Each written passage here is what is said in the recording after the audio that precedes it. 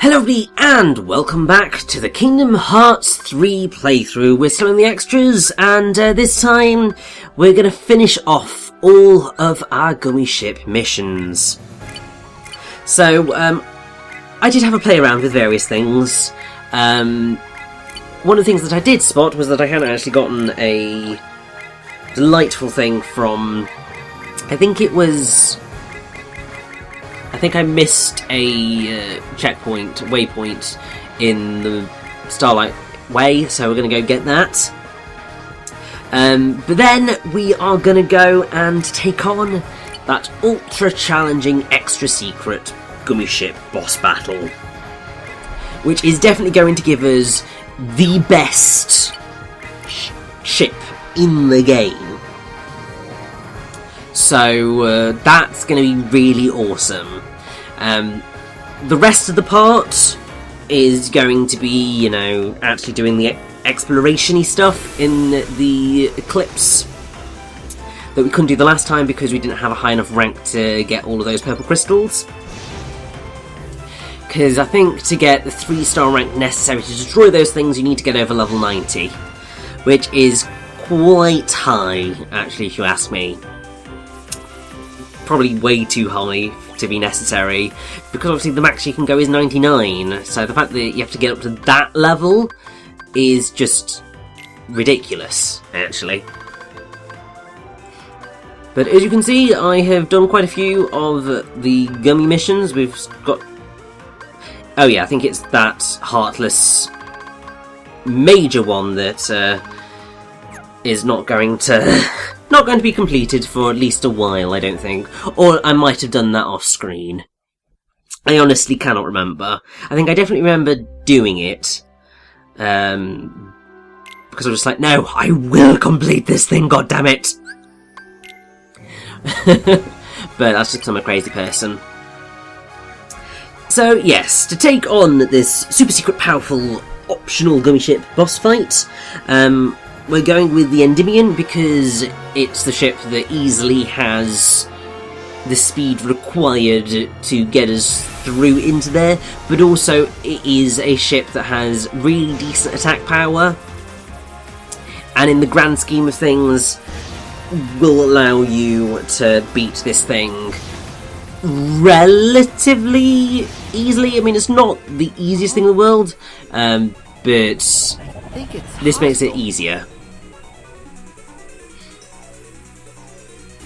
This right here is the Schwarzgeist.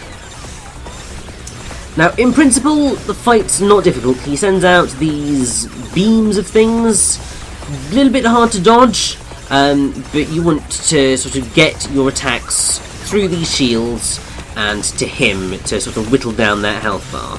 Make sure you do come in with the ability to heal, because for the love of God, since this fight can last a while,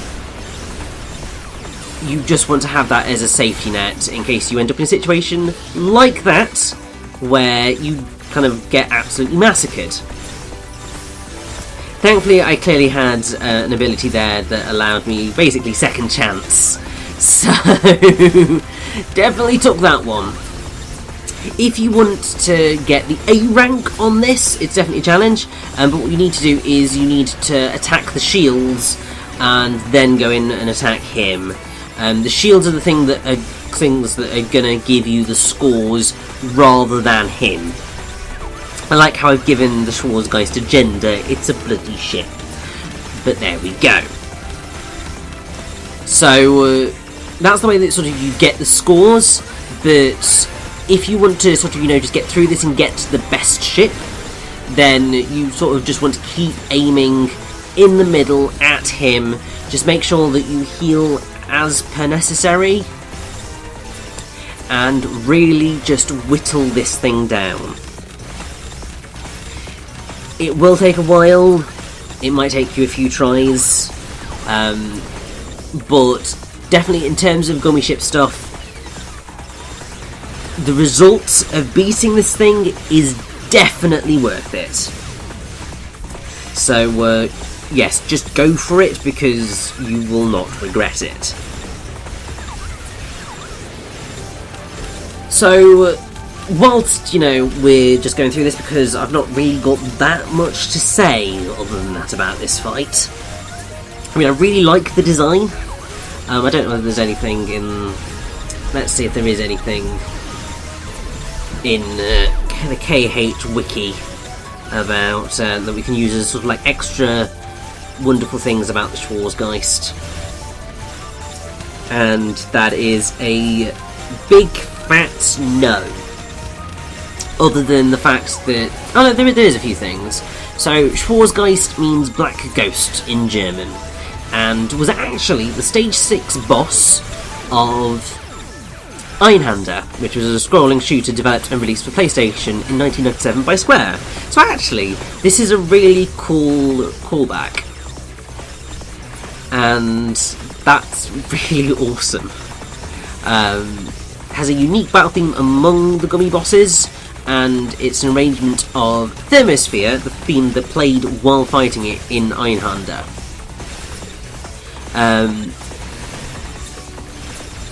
What's actually also really cool is that if you fight it with Endymion, then you get the original version of Thermosphere playing instead. So that's what we're hearing now. You will get to hear the arrangement of Thermosphere in little, because obviously I'm not getting an A rank on this fight, I can tell you that now. But regardless of the ship used, the original version of the sort of second phase of the fight, After Image, will be played while fighting it. So that's actually really cool. That's something about this fight that I didn't realise, and the Endymion is actually the chip that you have, that you play as during Einhander. So I suppose that's where you get sort of that wonderful little quirk. So actually this makes total sense, and is totally worth it, so I am fine with this. And also I suppose it explains why the gummy ship was so much a thing that Square wanted to do in the original game, and then sort of, you know, just kept expanding. Because obviously in their history they have shoot-em-ups, like space shoot-em-ups, with spaceships in their DNA. So that's actually really cool to let them go back to that. That's awesome, and I think that's really cool.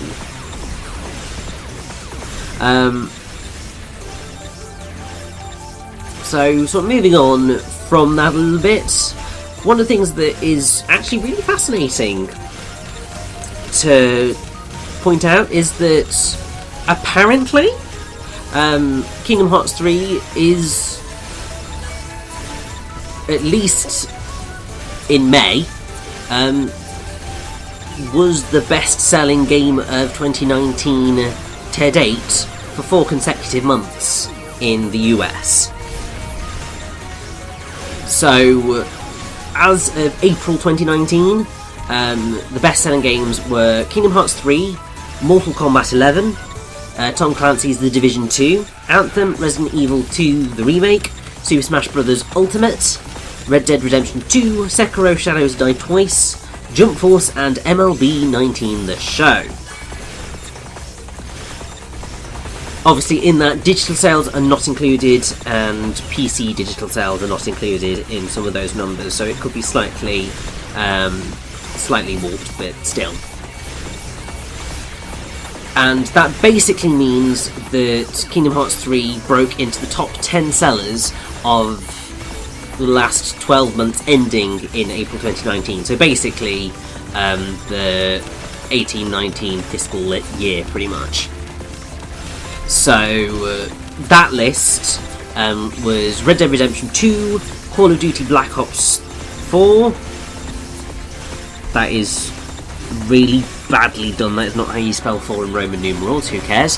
NBA 2K19, Super Smash Bros. Ultimate, Madden, NFL 19, Marvel Spider-Man, Assassin's Creed Odyssey, FIFA 19, Kingdom Hearts 3 in 9th place, and Battlefield 5. They're not the only milestones that Kingdom Hearts 3 has accomplished since it was released. Along with it becoming the second biggest launch in Square Enix history, following Final Fantasy XV, it's also the fastest selling and best selling game of the entire Kingdom Hearts franchise, having surpassed the original Kingdom Hearts, which was last reported with 6.3 million units sold. So, I have to say, that is an incredible achievement for Square Enix, and I think part of that is just the clear love and passion of Kingdom Hearts fans. Like, ultimately it's them that have caused the Kingdom Hearts franchise to be effectively the juggernaut that it is today. Like, for most other companies and really for most other game franchises, this thing is like full on niche. Like, who the hell is gonna play a Japanese RPG featuring Disney characters? Like, who thought that was a good idea? Who the hell's gonna buy that? Obviously the first game did well, particularly in Japan, because actually, that's right in their wheelhouse. But the fact that sort of obviously it's done so well in the West, it's just sort of become bigger and bigger and bigger, and I think because of its cultural capital, I suppose, I want to say, I think that goes part of the way to explaining why this game did so well. I think also Frozen probably had something to do with it.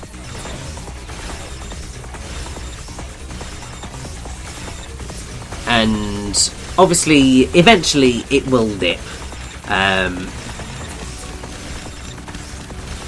But, like, as an achievement, that is amazing. And honestly, I'm super happy about that.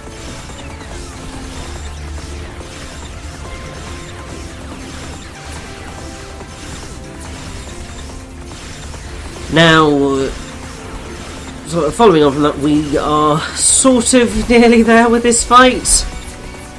Obviously, this was a very stressful time for me, because I did spend a lot of time at low health, but hey. Little bit of stuff about the Remind DLC, and there's a Famitsu interview that Nomura took part in on it, and he says he often gets notifications that say Remind from the PR staff. Basically, it just means reconfirm, but it also means that he's being reminded to respond. And the meaning that we're thinking of and its double meaning align. As it is, it means remind, reconfirm, rebirth of the heart, and so on. The fact that obviously we get to play as Riku, Aqua, and Roxas is a nice surprise. And the question was, are those scenes from Limit Cut episode where you can fight against the most powerful enemies? And no, that's not it. The video mainly consists of elements included in the additional scenarios rather than Limit Cut itself. Sora's Oathkeeper Keyblade and the new form shown at the end of the video are free DLC and will be simultaneously released with the paid DLC. You can't say much about the Limit Cut bosses, but they're aiming for the same number as last time as in Kingdom Hearts 2 Final Mix, which means 13 bosses. Funny. And that is quite a lot. Besides the additional scenarios and Limit Cut episodes with bosses, the secret episode also has its fair share of bosses, so the volume of DLC should be sufficient. And then obviously, release slated for winter 2019. But the idea is basically they want to release it as soon as possible so as to avoid the Final Fantasy VII Remake. And yes, once you've gotten Schwarzgeist down so far, he will turn into the Monitor. At this point, he does attack, but he is really not going to cause you too much grief. He will just sort of, take your hits. Try and take some pot shots at you, but honestly, this phase is not terrifying in the slightest. It's just more a case of getting in those hits and finishing him off. And honestly, it's really quite relaxing getting to this point. You just go, yes, I do not have to worry at all about any of this. And that is great, if you ask me.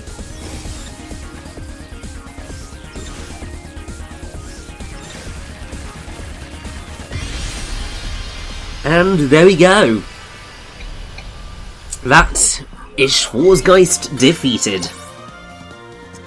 And as well as getting Schwarzgeist as a ship of some description, we also get the Golden Highwind, which without a shadow of a doubt is the best ship in the game.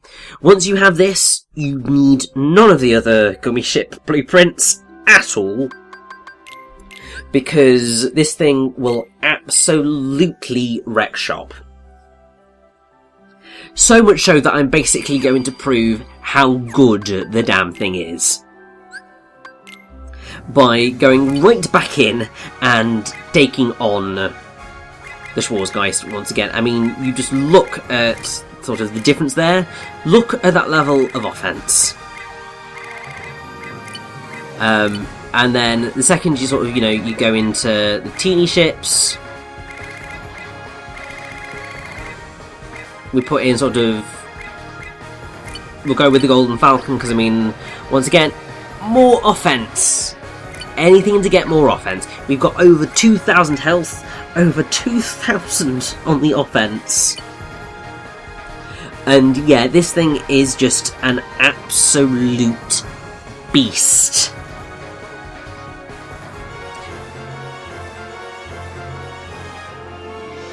Like, it is going to absolutely obliterate the Schwarzgeist.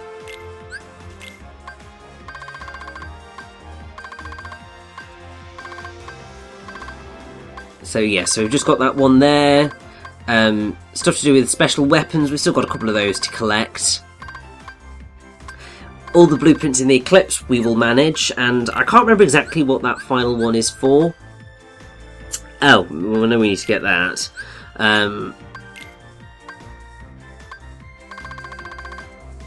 But yes, we've just got that A rank pretty much, and then the Omega Machina. So basically we are going to end this part on the Omega Machina and getting an A rank, but we are just going to enjoy the Golden Highwind a little bit right now, because, hoo boy, it is amazing. So just look how quickly this health bar goes down.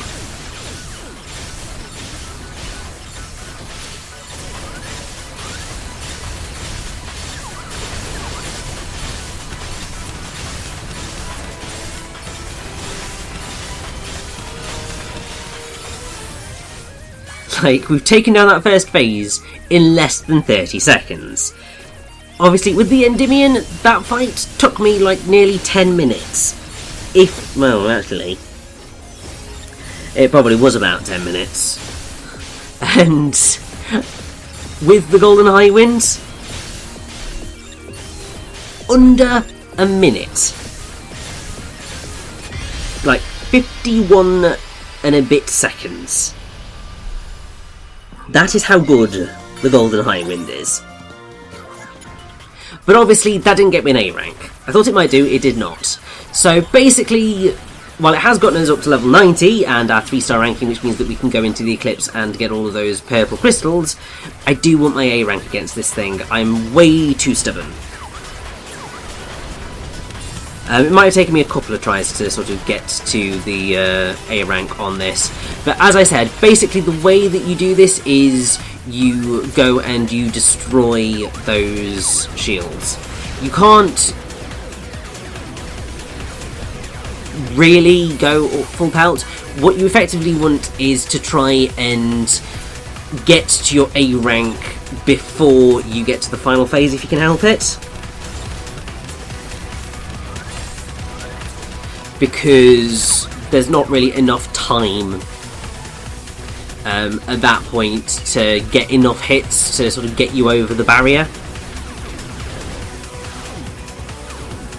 And obviously the whole thing is you want to get as many hits on with that multiplier in effect. So sometimes you do have to wait, which is a little bit annoying. But it is okay. And while this will obviously take you longer than if you had, just gone in and obliterated it all, it is the only way that you're gonna get an A rank on this thing with any consistency.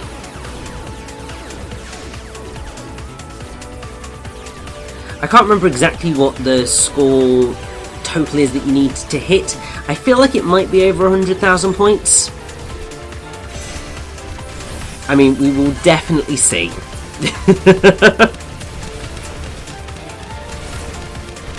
I definitely know that the Omega Machina is quite high in terms of its total that you need to get to. This one isn't, in the grand scheme of things, too bad. It's just that with the Golden Highwind you can accidentally murder this guy a little bit too quickly.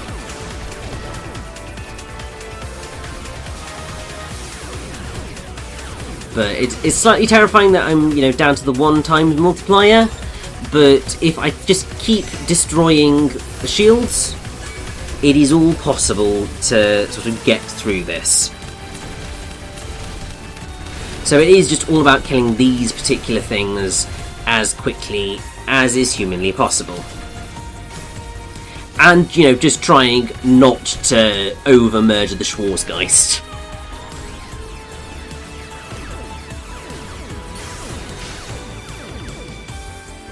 Because otherwise he's just going to die too quickly, and I can't be having that.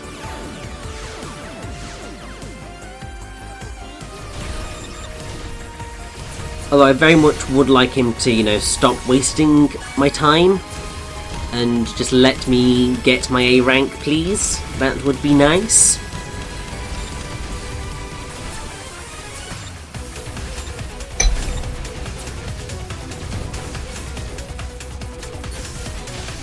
And now that we're at this point, I feel like the A rank might be at 90,000. I could be wrong, it might still be 100,000, but I'm pretty sure I did not end up killing another 10. Okay, no, it's definitely not 90,000. Is it 100,000 or is it 95,000? Because we are getting terrifyingly close. Okay, no, it is definitely 100,000. So at this point, it was just like, no, I have to wait for more of the shields because I need those 10,000 point bonuses in order to get me through this.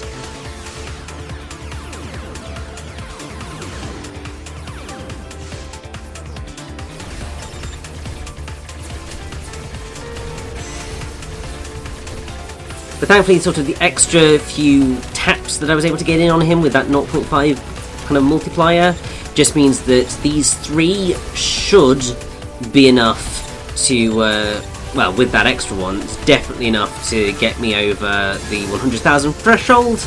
Well, actually, no, 1 million point threshold. And we are in the A rank before we've gone into the final phase, and now we can just very quickly obliterate the monitor of Schwarzgeist.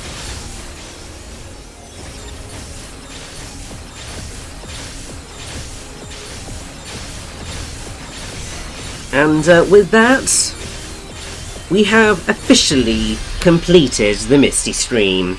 I know obviously it took us a little while extra over the last time we did it, but we've managed it, and I am super happy with that. And there is the Ultima G gummy block, which is great!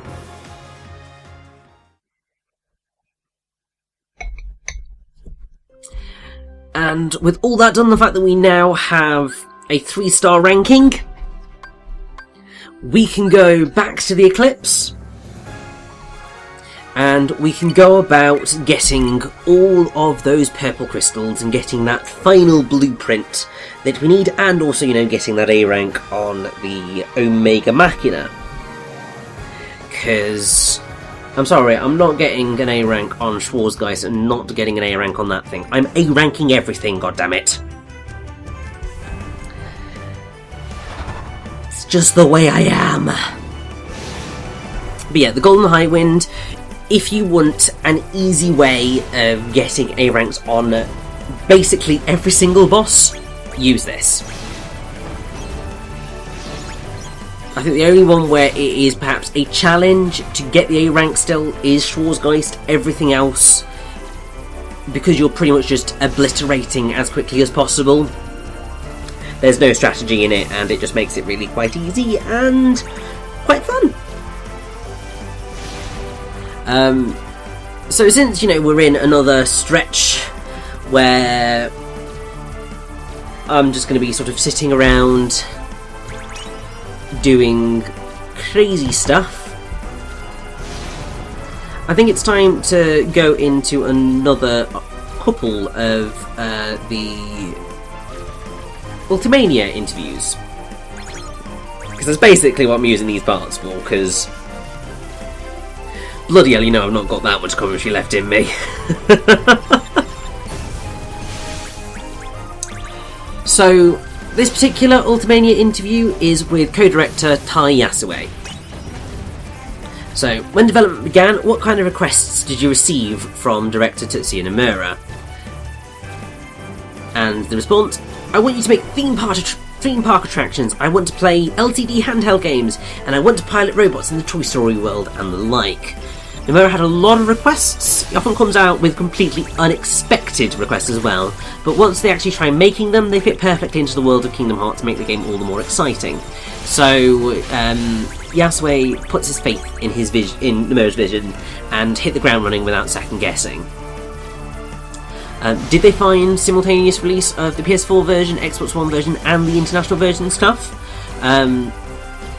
And I mean, it's basically a bit of yes and no. The PS4 and Xbox One perform differently, plus top-of-the-range models exist for both. So in order to bring out the best performance and quality on each machine, the programming and technical artist teams work together to decide on specs and optimization.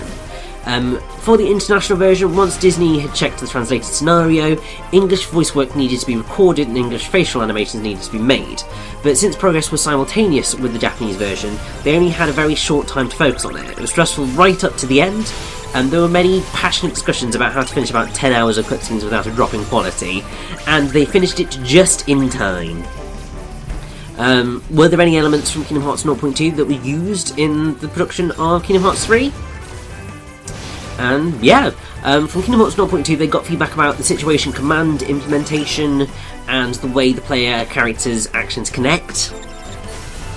So in Kingdom Hearts 3 they implemented several kinds of commands with time limits, such as the form changes in Grand Magic. The prototype of that system was something they trialled and worked on for 0.2. They also received feedback from 0.2 players who wanted them to improve Aqua's responsiveness. In practical terms, they made it easier to dodge after attacking or using air slide after jumping, and other such chain moves by having a button to press to instantly move into the next action. They brought the feel of those controls to Kingdom Hearts 3. Because ultimately the action of the Kingdom Hearts series is continuously evolving. The responsiveness of button presses gets better with every new title. Don't know whether that is actually quite true. I think more people would say that Kingdom Hearts 2's combat is probably the most responsive. It's also probably the most technical, because Kingdom Hearts 3 is very block and weight happy. But each to their own. What was the hardest thing about your dealings with Disney and Pixar? Yasumi says, I think you can make something good much quicker if you can speak openly rather than sugarcoat your opinions. During development we had positive exchanges of opinion with Disney, but as both we and the creators on their side are very serious about our craft, sometimes we had different ways of thinking. Whenever this happened, I would take what we wanted to do and what we knew Disney thought was important, and I would go directly to them to talk in frank and concrete terms, or send an email if that wasn't possible. If I felt I was having a hard time expressing my feelings via text in an email, I put the parts I wanted to emphasise in big red letters, trying to make it as easy to understand as possible. I know that feeling. What led you to add Keyblade transformations? Lingering well, the Kingdom Hearts 2 Final Mix secret boss transformed his Keyblade, and that was what gave birth to the idea of Sora changing the shape of his. First, we felt it was very important to make the transformations easy to see, and to make the battle gameplay for each transformation obviously different.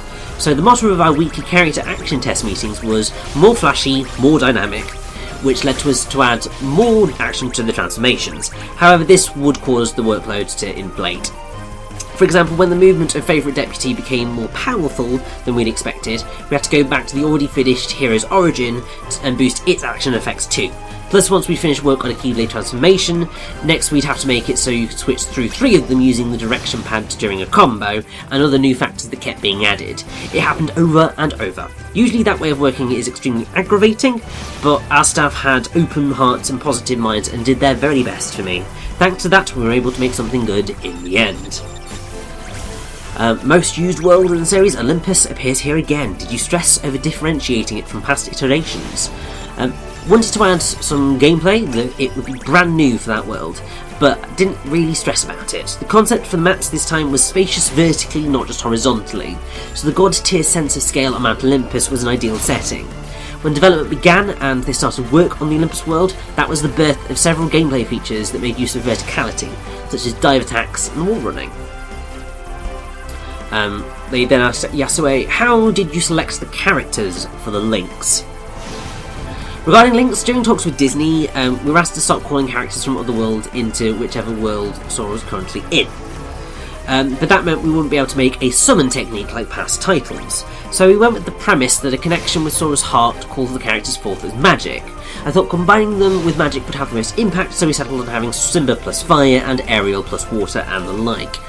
I feel that's slightly naff of Disney. Like, come on, it's a summon, like, just deal with it. But hey, I like the concept that they went with in sort of the elemental elements, even if I didn't necessarily use any of the summons as much as I probably could have done. What policies did you have working on the Gummy ship? Perfect timing for this question, actually, which received a massive power-up.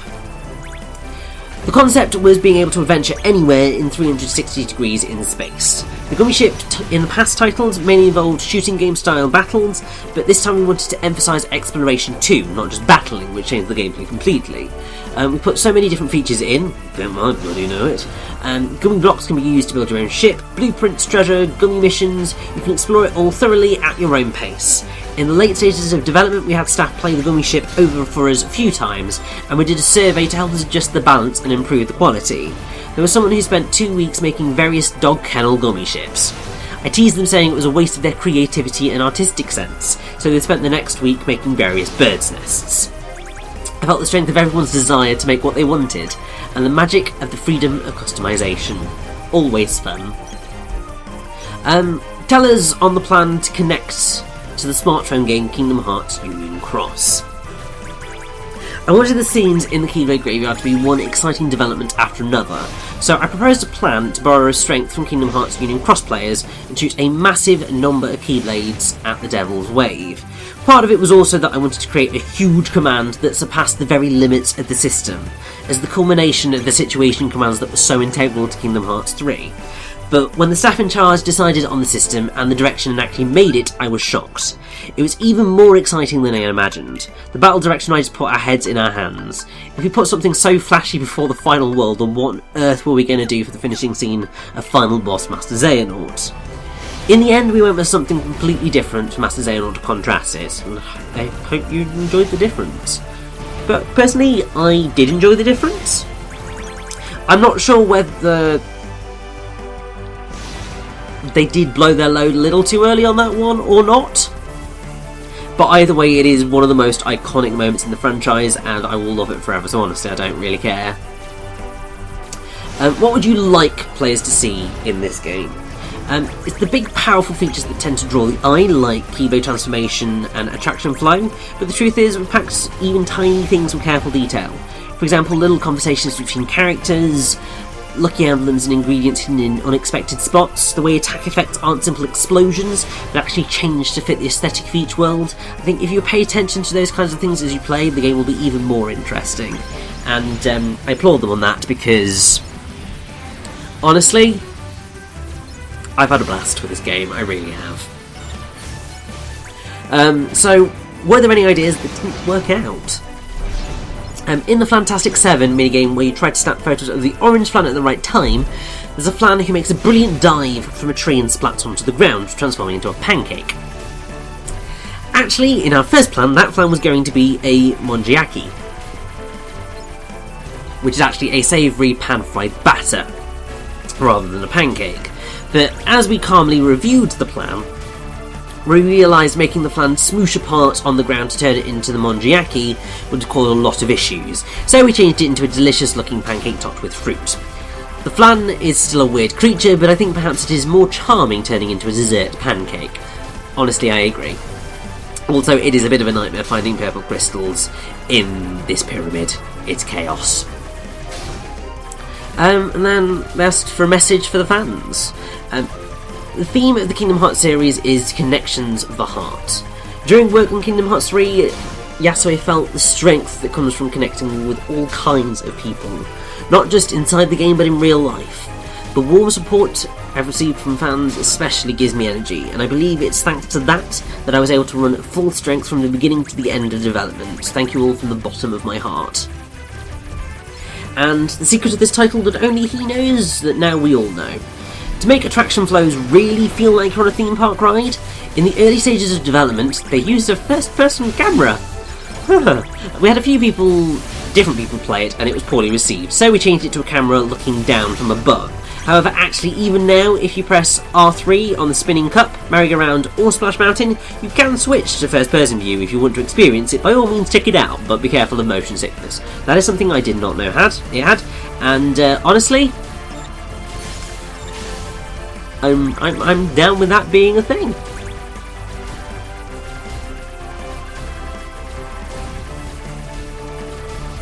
And since, we're still going through all this, I think it's probably time to also go over the other Ultimania interview, which is all about the Japanese performers of Sora, Riku and Kairi. Once again, everything's translated by Goldpan and comes from KH Insider. I may have already gone over this interview in a previous part, but it's probably so long ago now that honestly it makes sense to sort of just go over it now as well. So, it's been 12 years since the three of them were gathered for an interview, last time in the Kingdom Hearts 2 Final Mix Plus Ultimania. And if you count the first Kingdom Hearts 1 Ultimania, it's been 17 years. And so you have Miyu Irino as Sora/Vanitas, Risa Uchida, Kairi and Shion, and Mamoru Miyano as Riku. So, Irino, it's nice to have a chance to see you again. Uchida, I was 13 years old at the time, now more than double that age. Miyano, the first time we were in our teens, the next time we were in our 20s, and now we're in our 30s. This is the first time I've ever been involved for so long in a series. Irino, it doesn't happen all that often, getting to do a role for so long. Miyano, it's extremely rare to be able to do something for 20 years. Plus, since we've been doing it since we were teens, you truly see the changes in us through the games, the growth of our bodies, our voices and our hearts. The time we've spent being involved in the Kingdom Hearts series has been hugely beneficial to us. Have you found that as you played the same character for so long, your performance to them has changed? You don't know, up until around Kingdom Hearts 2, I was about the same age as Sora, so I played him with basically my natural voice. But I struggled with Kingdom Hearts Recoded. I listened to the recordings of my voice from Kingdom Hearts 1 over and over, got tense, thinking I've got to reproduce that. At that time, it took a very long time for me to warm up my engine and become Sora. When I was in my early 20s, I got some experience acting on stage and developed my own sense of desire regarding what kind of drama I wanted to create. This made it hard to express Sora's naivete straight up, sometimes even when Mr. Nomura and Mr. Shimizu, that being Yoji Shimizu, the voice director, would direct me, I'd think, but wouldn't it be better like so? Miyano, it became a struggle within your heart. You don't know, yeah, it really sucked back then. I'd think, what am I going to do? It's taken me so long to get into Sora, maybe I just can't do it anymore. But now I record without working myself up unnecessarily, my voice settled with age, and I can fall into Sora naturally, just by thinking about who he is interacting with, even if there is significant time between recordings. I can get my engine going right away. And actually, now that I'm going through this, I think I have gone through this article before, so I think we'll probably just finish off this particular question, and if you want, go on KH Insider if you haven't read it, and all that. It's one of those things where you go through something and just like, I don't know that I've done this before, and then you get further in and you're just like, oh no, yes, I do remember this because I remember saying that, and that, and that, and that, and that. So Miyano, Mr. Shimizu did say to me, Miyu has had a breakthrough, he can become Sora straight away. You know, I feel like as I've continued to play Sora, I've become able to properly balance the vital soreness with my own feelings. And Miano, I've gone through something similar to Miyu. When I did KH1 in my teens, I didn't think hard enough about my performances compared to now. Actually, that let me avoid overthinking things. I was able to form something right for myself, true to life. But by the time I did Kingdom Hearts 2 in my 20s, my sense of self as an actor had been formed. I knew what kind of performances I wanted to give, and I found myself unable to really become Riku. I did so many retakes thanks to that experience. I was able to create my performance in Kingdom Hearts 3 by prioritising becoming Riku over my own desires. Plus, I was able to make a link between Riku, who had overcome the darkness and was heading for the light, and myself, who had broken through the feelings, well, the endless anxiety about my performance. I was able to express my real emotions as Riku's feelings. I think I was able to give all the experience I've gained through the Kingdom Hearts series back to this title. And,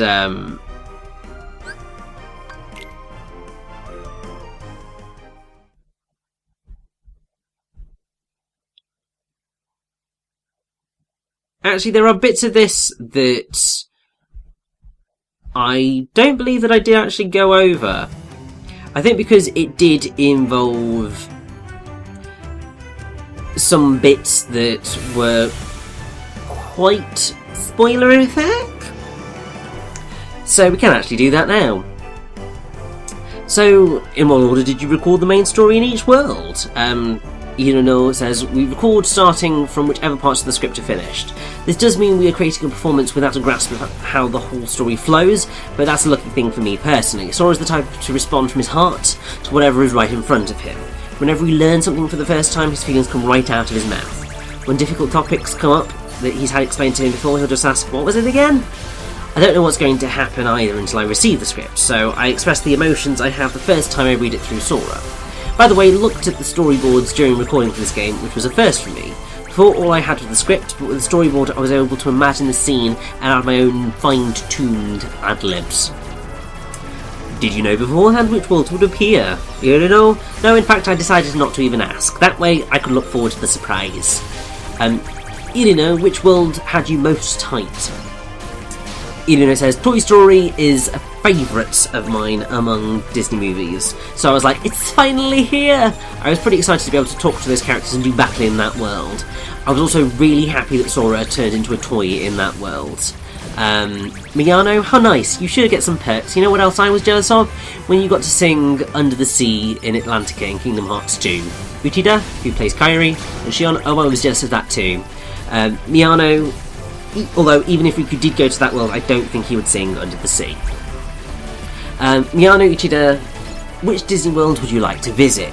Uchida, which wouldn't I like to visit? Miyano, if we're talking Kingdom Hearts 1, Agrabah is number 1 for me. Love the world of Aladdin. Also, this might double up on what Miyu said, but I love Toy Story and would love to visit Toy Box. Uchida, I can't go past Atlantica, where you can sing Under the Sea, but I also want to meet Elsa from Frozen. Irino, Riku got to travel through different worlds in Kingdom Hearts 3D, so maybe Kairi will get to as well next time, right? Miyano, I hope so. I want to play a game like that so bad. I want to see Kairi change into different forms. Uchida, I want to play that too.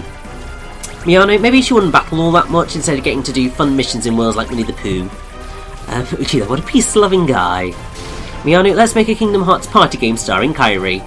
Irino, it'd be nice for the three of us to travel the worlds together too. Miyano, with Kairi front and centre and Sora and Riku following after her. Uchida, oh, that's it. Oh, it'd be so encouraging, it sounds fun. And then Miyano, to the development staff who were sitting in, may the three of us have a journey together? Uchida, I really do want to see that happen. Irino, so far journeys have always involved someone looking for someone else. The three of us barely ever get to be together. Miyano, I think perhaps the three of them getting to go on a journey together is the ultimate dream. They've wanted to do that since Kingdom Hearts 1 after all. They tried to leave Destiny Islands together on a raft, but all the way up until now it still hasn't come to be. Uchida, if the three of them did go on a journey, I think Sora would be the one to decide where to go next, don't you? Miyano, I will. And, Irino, yeah, I can see Sora saying, I'm happy with whatever Riku decides. It sounds like the journey would go well with Riku there. Sora, Donald and Goofy are always like, where do we go? I don't know, use your brain, shut up! And then end up going nowhere. And then, actually, the topic of wanting a game with Kairi as the protagonist came up in a previous group interview too. Uchida said, Just thinking about being the protagonist gives me anxiety. I want them to make it, but they don't have to actually release it. And Ishida just laughed. Irino said, that's when you make it an indie game. Uchida, making it an indie game would be the biggest waste. Miano, that's exactly right. Why would you do that when Disney and Square Enix are making it? Irino, two big name companies get together to make an indie game? How extravagant! And Uchida, if we're going to make it, then we may as well release it. And then, by the way, do you play the games you're involved in once they release?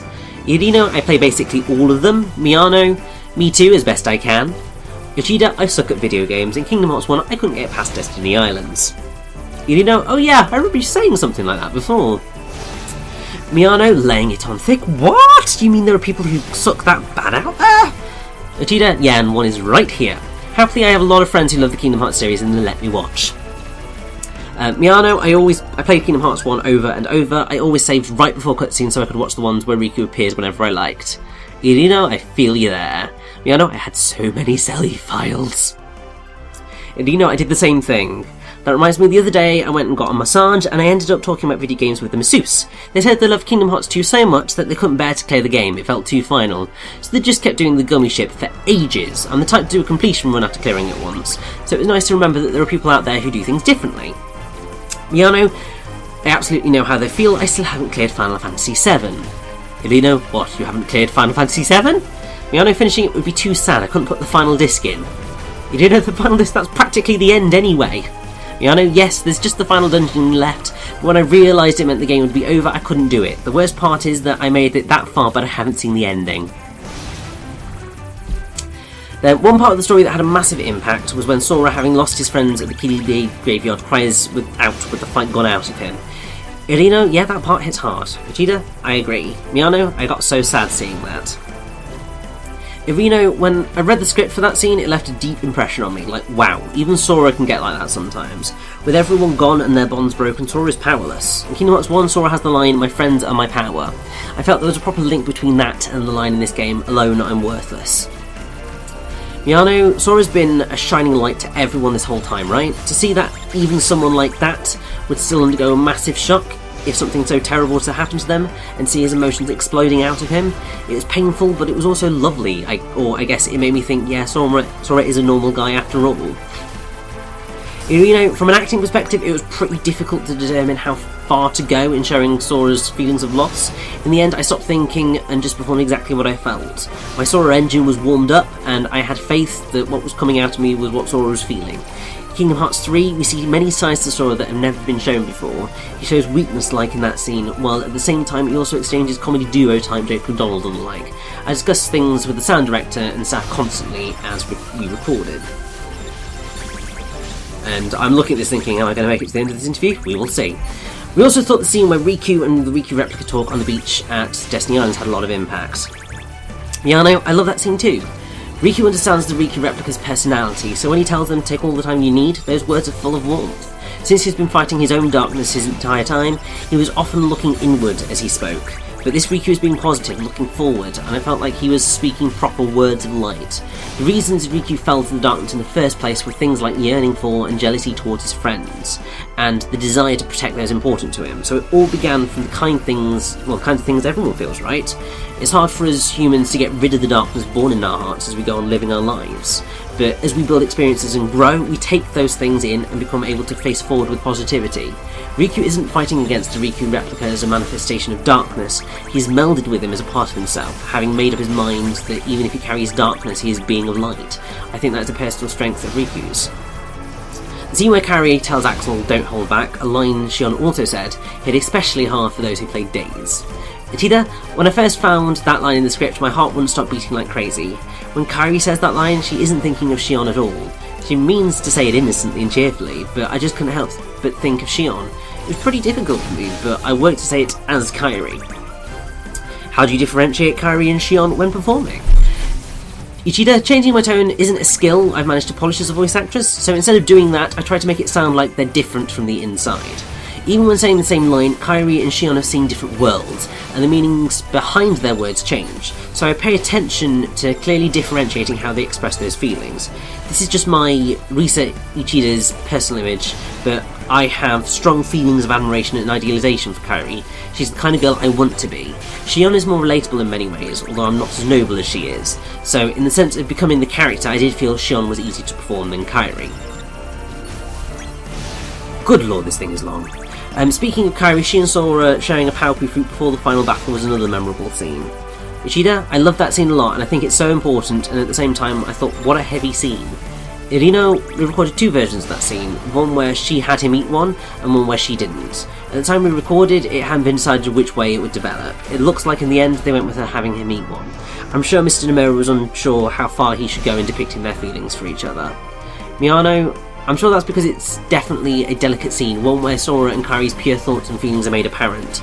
My heart leapt watching that exchange, although they didn't confess to each other. If there wasn't love then, that scene wouldn't have felt as romantic as it did. Irina, I don't think sharing a Pauku is official declaration of love though. Miyano, hey, I never got a lucky charm from Kairi or anything now, did I? Irina, the promise charm? Vegeta, sorry. Miyano, and in Kingdom Hearts 1 you secretly tried to have the two of you leave the island without me, right? Irina, maybe it's Kairi who made Riku turn to darkness. Seeing her so friendly with Sora probably made him feel lonely, right? Vegeta, I see, so it was my fault, was it? And we're nearly there. What are your impressions of Kingdom Hearts series director Mr. Nomura? We've worked together on recording in the same team for years and years, so he feels like family, from Irina. Ichida, despite the fact that he's such an important person, he always speaks to us as equals. He's extremely kind. That time we were together at the Kingdom Hearts Orchestra held in Osaka, he was showing me pictures of his pet cats. He's always open-hearted without reserve. Miyano, working on Kingdom Hearts is always warm and comfortable, and I think that's because Mr. Nomura isn't just like that with the cast. He also takes good care of his staff, and I think he's someone who loves deeply. Once you've worked with him and your family, also, he has this quiet aura, but he always loves cracking jokes. The other day he cut me off and said very seriously, you know what, Miyano? I was really nervous about what he was going to say, and then he finished with, I have that t-shirt too. I told him we should wear them together. Also, that is all of the purple crystals. Woo! Irino, after the talk show we did at Tokyo Skytree, I told him we should take a picture together and we got a snap at the Keyblade Graveyard photo spot. I thought he might say no, but he went along with it for me. Miyano, oh, you guys are so close, you're like a real father and son. Irino, yeah, I wondered if perhaps Sora in Kingdom Hearts 3 is a projection of Mr. Nomura himself. I'm sure he would deny that if you asked him, but I felt there was some of that. With this title, the 17-year-old Dark Seeker saga is over. How does it feel looking back? Reno, I feel it's like a temporary end. I have the impression that I was able to get involved more deeply with Kingdom Hearts 3 than any other title so far. When the series began, I was a kid, and all I did was show up and act. But this time, I was brought to the orchestra recordings for the background music, I visited the Osaka team's office, I've done so much coverage, I was allowed to do so many different things. It feels very special. I'm allowed to be so deeply involved precisely because of how many years I've been doing this. It seems from the secret movie that the story isn't over yet. Irino, I'm really looking forward to it. The gap between Kingdom Hearts 2 and Kingdom Hearts 3 was 13 years. I hope it's a lot shorter this time. Miyano, I hope we can all hang out again soon. Uchida, we did recording in our teens, then 20s, then 30s, so Miyano, maybe next time we'll be in our 40s. Irino, will I even be able to do Sora's voice? But I do know veterans who are still performing the same voices after all these years, so I'll just have to do that too. Story-wise, this game did mark a cut-off point, but the Kingdom Hearts series is still showing developments. I want the next game to be one that pushes forward into new territory, and lets you connect with all kinds of people in the world. Miyano Connection is the theme of Kingdom Hearts after all. Irino, I want to be able to make friends and characters from all kinds of new works, and as we take on the Omega Machina for the last time, get our A rank, this is much better. Got some lovely messages for the fans of the KH series. From Miyano, I'm sure that those of you who have supported us from the start have been feeling nostalgic as we've listened to this discussion. The fact that we have so much history is a huge source of pride to me as someone who has had this role for so long. When recording for the Kingdom Hearts series, I walk in there filled with the happiness of being able to have your support, having followed one title for so long. And if this is your first experience with Kingdom Hearts, I would be so happy if you were to play the series from Kingdom Hearts 1, so you can feel how we've grown, as well as develop a deeper love for the series as a whole. With your continued support, I'm sure we will have the chance to meet again. Cheers! Uchida, the fact that my beloved Kingdom Hearts series has been able to continue for so long is of course thanks in part to the efforts of the creators and cast, but the biggest thanks must go to all the players. It may be presumptuous of me to say that, but I'm truly full of gratitude towards those who love Kingdom Hearts. Thank you. I know you're curious about what's coming next, but please enjoy Kingdom Hearts 3 first. I'm going to read the Ultimania along with you all and do my best to play.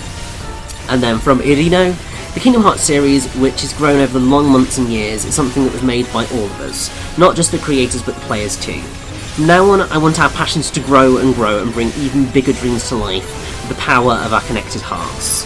Mr. Nomura has all kinds of ideas, and I'm sure bringing them to life will be a big task for the people around him, but just like Sora, I am waiting with excitement for whatever is coming next. For now, enjoy Kingdom Hearts 3 to the fullest, and then let's charge into the future together.